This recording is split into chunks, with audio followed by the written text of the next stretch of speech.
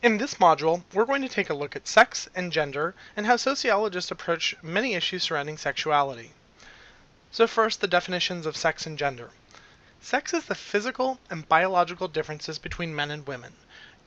Now, men and women are not biologically black and white separate, but for the purposes of the definition of sex, we really speak to the chromosomes, the anatomy, and the physiological differences of a male body versus a female body. Much more interesting, though, in sociology is really the notion of gender. And gender is the social, psychological, and cultural attributes of masculinity and femininity. Gender refers to what we as a society socialize people to understand as masculinity and femininity. If you think about teaching boys to be good at sports or girls to go play with dolls, those are very gender stereotyped kind of norms. That's really regarding their gender, not their sex. We often ascribe gender, masculinity, and femininity based on sex, but they don't necessarily have to be.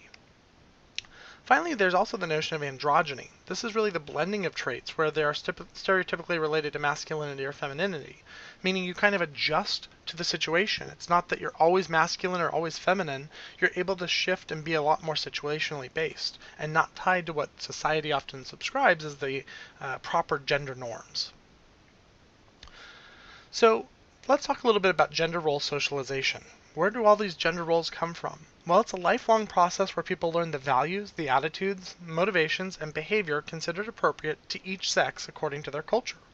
Now, cultures vary widely as to what it is to be a man and what it is to be a woman. Some cultures also value not being subscribed to either of those two dichotomies and in fact being somewhere in the middle. Let's talk a little bit about some of the theories that your book talks about, one of which is Erikson's theory that boys in society are really encouraged to pursue role paths that will prepare them for an occupational commitment. You think about women, though, being encouraged to develop patterns towards attracting their mate or a husband in the household. Here there's an ad from the classic, kind of man coming home from work, the woman cooking and being so apologetic that she burnt the food. Very 1950s or 60s kind of classic image. Boys being taught that it's okay to be the man going off to work, women that it's to be in the household cooking. Also that he believed men were taught to be competitive, women to be much more passive, right? You think about often women in advertising, and there's a video in the discussion boards for this course where you can see how women often are portrayed as demure or looking away from the camera in many advertisements and other forums. Here also much more aggressive masculinity being portrayed for males in sports. Again, the book and some of the discussion will go into much greater depth, but let's take a look at one example of this. Let's say you wanted to find toys. So here's a screenshot of the Toys R Us website from just a few days ago on the left. Right away at the very top menu level, boys' toys, girls' toys, and age. Those are the three things you can quickly sort by before you do anything else. They've already gendered what toys belong to which sex simply based on their website. They're socializing you right there. If you click here for a boy's toy, it's a boy's toy. If you click on this one for a girl's toy, it's a girl's toy. Now certainly their website has a lot of overlap and toys will appear in both sections, but it's funny that gender is the very first thing before age even. So they're telling you it's the most important in their site. If you Google Walmart toys, it gives you three great options. Toys, good. Then toys for girls, right away gendering you, telling you again, these are the girls' toys. And toys for boys. Now, again, I'm reading very much into this, but it's for the effective sociology, and this is what sociologists do. We look at these things and say even the placement of these things tells you something. It's good to see in the Google search return that toys without a gender attached comes up first for Walmart, but then it does come up gendered right away after that. What if you clicked on the actual Toys R Us website or the Walmart website? Let's look. Here is the Walmart boys. So if you clicked boys, this is what would pop up. And what's really interesting to me is a number of things that appear on this particular site. So if we draw a little bit on here, what do you see as you start to look at this? Take a second to look at it. First of all, there's a lot of words like master your blaster skills, be a master builder, Batman, being the master, being active, go rogue. The colors are definitely pretty neutral. You've got some kind of blue and green, but it's not over the top. But definitely the boy portrayed and the other characters, it's very bright, outdoors, or black. What do you think the girls click on when they see their page? Right away you notice it's a stark difference in the pinks, a little bit more light. Instead of being a master and being outdoors, here it says build a friendship with a Lego having a tea party. plush toys, play house, watch a movie, play with a doll, be creative. Here, be a builder, be a master builder. Have a weapon, master your blaster skills, go rogue. So again, if you just click and look side by side at the boys' website for toys on Walmart and the girls', it's interesting the messages it sends. And I'm certainly not suggesting that these are bad messages or are going to ruin your child, but think about how much gender is already infused without you having to do anything as a parent. You simply go to these sites and they've already got a gender stereotype built in. So let's talk about the workplace. Now, sexism can be applied outside the workplace as well, but sexism really refers to the differential valuing of one sex over others. And this often comes up in the workplace in terms of like the glass ceiling. And the glass ceiling most notably is where women often reach certain levels and can't break through to the top C-level staff, meaning they're not the CEO often. They might be the number 2 to the CEO, but they aren't the CEO. Or maybe in a department they always work up to like a chief of staff, but they're never actually the chief marketing officer or the chief communications officer. They're always that one rung below compared to male counterparts. Over the last 15 to 20 years, this has been getting actually much better. There's been a lot more advancements with companies coming out with diversity and inclusion and belonging programs to help include women, make sure that panels are diverse and aren't showing bias. So in the past, often decisions were made by a group of often white, older gentlemen with very few diverse views, whether it was ethnic or racial minorities, whether it was gender minorities.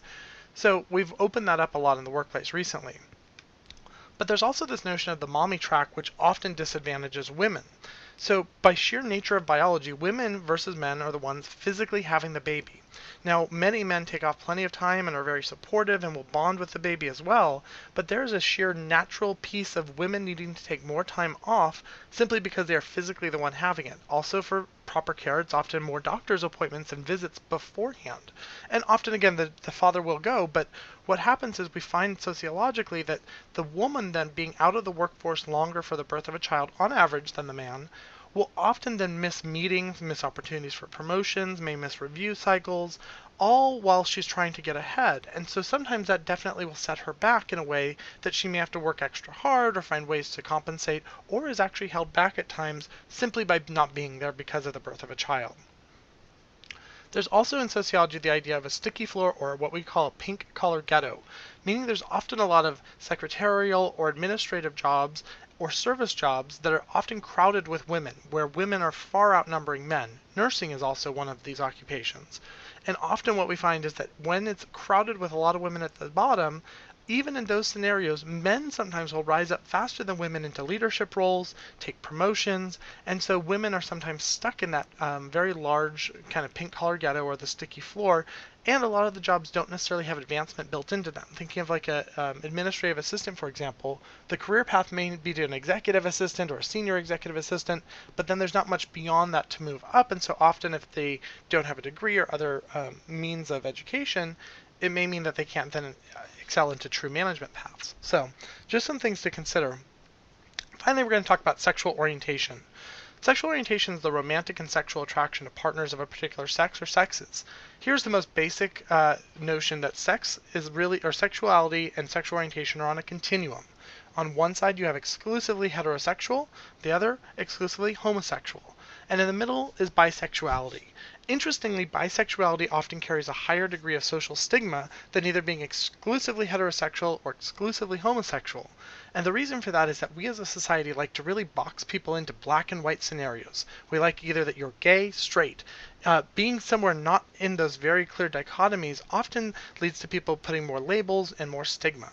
Now, Kinsey really looked at this, and while Kinsey is not a real big focus in our text or in this particular course, I think it's fair to bring Kinsey up a bit when we talk about sex and gender, and especially sexual orientation. So Kinsey broke out that spectrum into 6 categories essentially, 7 if you count the 0, and on both sides he goes with that exclusively heterosexual, exclusively homosexual, but then he starts to get even more specific as you get into the middle of bisexuality by saying there's actually people who are predominantly heterosexual, but they may have an incident of homosexuality here or there. Maybe it was in college, maybe it was a one-time occurrence, maybe it was as a child. And so he actually says, and on the flip side, that there could also be predominantly homosexuals who have an incident of heterosexuality. So he recognized that the spectrum is really, really built out, and that people don't just fall into purely one side or the other in most cases, that people are really drawn out across the spectrum of sexuality and sexual orientation. So this was a little look at gender, at sex, the way in which we're socialized to gender norms and the roles that go with that. We looked at the workplace a bit, and then sexual orientation and sexual gender. So thank you so much, and I hope you have found this useful. There's a lot more information in your text as well.